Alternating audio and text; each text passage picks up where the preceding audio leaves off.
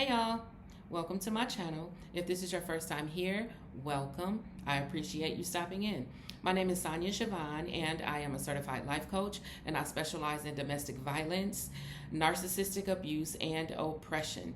I am here to help you clarify your goals, identify any obstacles, and help you come up with some helpful tools and strategies to get over those obstacles.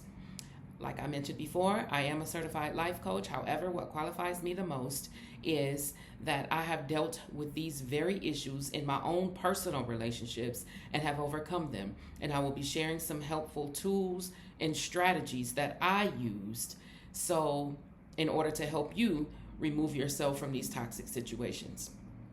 Okay. I just want to mention though, most of my advice and encouragement will be based on Christian views and kingdom principles. So if that's not something that you're into, then this may not be the platform for you. However, I encourage you to stick around though, because you could probably still learn something, and I welcome everybody. Okay, so we're going to go ahead and dive on into the topic of what we're going to be talking about today. Today we're going to be talking about common techniques that a manipulator or an abusive person would use to try to manipulate you. Okay, and I'm going to be giving you some things to watch out for, so that if it's happening in your relationship or you notice it in a new relationship, then you know you can identify it, name it, and put an end to it right out the gate. Okay, so one of the very first manipulation tactics that an abuser or manipulator might use would be gaslighting. Okay, it is one of the most lethal techniques, and this is the manipulator tries to get their target to start questioning their own reality, doubting their own memories and perceptions, so that you start believing what the manipulator wants you to believe by sowing seeds of doubt. When a person is subjected to gaslighting for long periods of time, they become unstable and start to question the validity of their own beliefs. Okay? And I have notes right here in front of me, and I'm going to be reading from them because there was no way that I was going to be able to remember all of this information. Okay, so usually a person that gaslights you, they will often downplay abusive incidents or deny it. So, and I'm just going to be using a lot of examples in my own life. You know, when I was in an abusive relationship, one of the gaslighting techniques that he would often use was to try to downplay some of the abuse that I was subjected to. He would be like, "Oh, I wasn't even that bad," or "Oh, it wasn't even all like that. You making a big deal out of it. I didn't say it like that, or I didn't even do it like that. All I did was, that type of thing." They will often downplay everything that they've done. Another example could be in the workplace. It could be an inappropriate boss that has made inappropriate comments to you or have touched you inappropriately. And when you approach them about it, they'll downplay it and say, "Oh, it was just an accident. I didn't mean to do that. I just brushed up against you accidentally. My hand just sort of, groped your breast accidentally." That's just one example. And it's a gaslighting manipulation tactic. And I'll give another example. When I worked at a juvenile detention facility, those kids, they were a trip. And you could literally catch them doing something in the act, catch them, see it with your own two eyes, and they will lie. And you'll walk away from the confrontation like questioning yourself, like, "Well, dang, did I see you? Did I actually see what I seen, or maybe I didn't see it right?" When you know darn well that you saw what you saw. But they're such good manipulators and liars that they will have you questioning your own two eyes. And they will not let it go. They will harp on it and talk about it and keep talking about it until they successfully get their point across and make you think and tried to convince you that what they're saying is actual reality when you know that it isn't, because you know you saw what you saw. So gaslighting, number one technique. And when you see this show up in your relationship, you have a serious problem. You have to address it.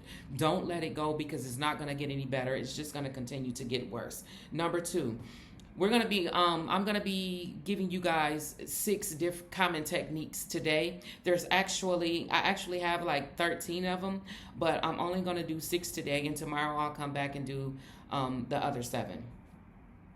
Okay, so number 2 is projection. This is a psychological manipulation technique where someone transfers their mistakes and emotions onto you. And they will always find someone else to blame when in fact they are the one at fault. They will not take responsibility for their own actions. They will always blame you. Okay? So cheaters use this manipulation technique often. When they're the ones that's cheating, they know that they are the ones cheating. You know that they are the ones cheating. You confront them about cheating, and they throw it back on you. Well, what's that number I seen in your phone the other day? And that's all, projection. And it's getting you to take your mind off the actual conversation at hand, and now you're in defense mode. Now you're defending yourself. They want to keep you on the defensive, which gives them more control over you, keeping you in a state of constantly defending yourself. When the conversation started out with you accusing them, and now you're the one defending yourself for the very thing that you were pointing out to them. Be aware of that. Number 3, isolation. They will isolate you from friends and families and take away any source of support that you may have. This increases the power and control over you, because when things go south, which they will when you're dealing with, an abusive person, a narcissist, or anything like that, it's inevitable. Things are going to go south. And when they do, you have no refuge. You have nowhere to run. You ain't got nobody to run to. And now you feel dependent on them, because they've taken away everybody that you were close to. And they will often throw things up at you like nobody loves you, don't nobody care about you, they don't even call to check on you. And they'll try to use the weaknesses between the relationships that you did have with your friends and families. They'll use whatever weaknesses there were between you two and play on that. Like, she don't care about you anyway. Like, yeah, do you don't remember that time she did this and that to you? Or he don't get, your brother don't love you. He didn't even take up for you when things like that. So keep that in mind. They will often isolate you and remove everybody from around you, so you don't have nobody to run to. You don't have no sense of refuge or comfort when things do go south in the relationship. You're totally dependent upon them. Number 4, positive reinforcement. And I know you're probably thinking like, well, what's wrong with positive reinforcement? Well, it becomes a problem when it's detrimental to a person and that it's used on, basically giving in to something or in a specific act to get a reward. For instance, buying you a gift after slapping the taste out of your mouth, or beating you, or abusing you, or talking to you crazy. And now here they come with these flowers to try to win you back over, or to try to get you to forget, all of the pain and suffering that they just afflicted upon you. Manipulators will use this to get you to do things that benefit them, basically. Like I just mentioned, buying you flowers after putting their hands on you. Or they will use you as an accomplice in a third-party situation. For instance, if they've done something wrong to a particular person, or, did something that was pretty bad, and they know that they may be, in line in judgment for it, they will use you as an accomplice and offer you some sort of reward in order to get you to lie for them, basically. They'll be like, well, I'll give you, I'll buy you lunch for the next month, or I'll give you $100 if you go along with this lie for me. Excuse me, y'all, with me. And a lot of time it's effective because usually they're very persuasive in the gifts that they're offering. And people will usually buy into it. Another example of positive reinforcement could be if there's somebody that's close to you. It could be a friend, a family member, or whoever, will just shower you in a bunch of compliments. Oh, you look so nice today, or your hair is so pretty, or I love that outfit, girl, that's too cute, this, that, and the other. And they're just buttering you up because they really about to ask you for something, ask you for a favor, ask you to borrow money or to babysit or whatever it may be. These are just a few examples of what positive reinforcement can be. Now, negative reinforcement. This is a form of manipulation that is used to make you feel obligated to act in certain ways in order to avoid certain levels of mental or physical pain or discomfort. It's the opposite of positive reinforcement. They take away things from you when you act the way that they want you to act. And I know you're probably like, huh? That don't make no sense. And at first I was kind of confused about it too. I'm like, yeah, that don't make no sense. But when it was broken down, I completely get it. Like they'll use nagging in order until you stop specific behaviors or do what they want you to do. And then the nagging will stop. Yeah, so we getting it now? Yep. Or they will withhold certain things from you until you do what they want.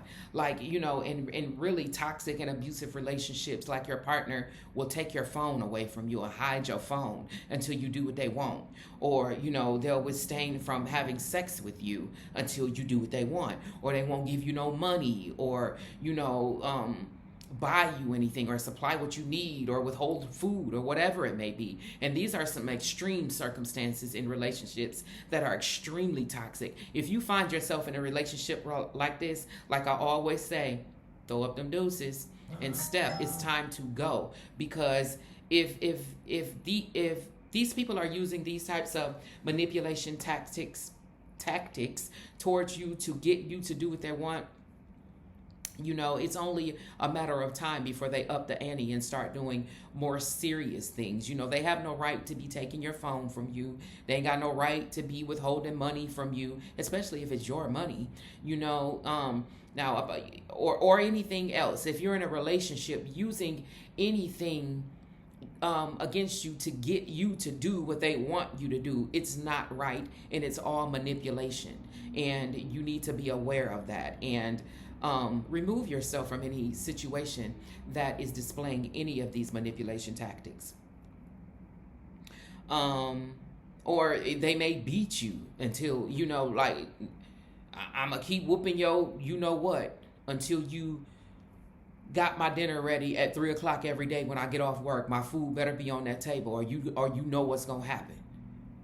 And so now you're giving in and making sure that food ready every day at 3:00 because you don't want to get your tail beat. All right. Okay. That is what negative reinforcement is all about. The last one that we're going to be talking about today is punishment. This is a manipulation tactic that is used to weaken the victim's voluntary response. Nobody wants to be punished in any way, whether it's a verbal punishment by, getting cussed out or dogged, talked to crazy, or whether you're actually being physically abused. Abuse comes in all forms. It can be physical, mental, emotional, right? It's not just one form. But this works. Why? Why? Because we be in fear of the consequence. We don't want to get punished because punishment is usually there's a consequence that comes with being punished. Whether it's, verbal abuse, whether it's mental abuse, or physical abuse, all of them are horrible. And nobody should be subjected to any of these things. So if you find yourself being manipulated through punishment, which it kind of goes back to what the last one that I was just talking about, the negative reinforcement. Those two kind of go hand in hand. They get you to do what they want you to do by threatening some type of punishment, and you'll give in out of fear because you don't want the consequence of the punishment. The consequence can be anything. It could be like I said, you could be getting beat on, or you could be getting talked to crazy. They could withhold things from you, or not allow you to go somewhere that you had planned to go. It could be anything. It could be anything, literally. So those are the 6 things that I wanted to talk with you guys about today. And if any of these things are familiar or resonated with you on your heart and has shown up in your current relationships or your past relationships, then I suggest that you stay tuned, because there is more. And you need to be able to recognize when these things are happening so that you can react. You can have your own reaction, and you don't have to succumb to whatever it is that they're trying to project upon you. So stay aware, be proactive, and gain knowledge. And this is how you overcome these situations. All right? All right, you guys have a great rest of your day, and I will see you tomorrow.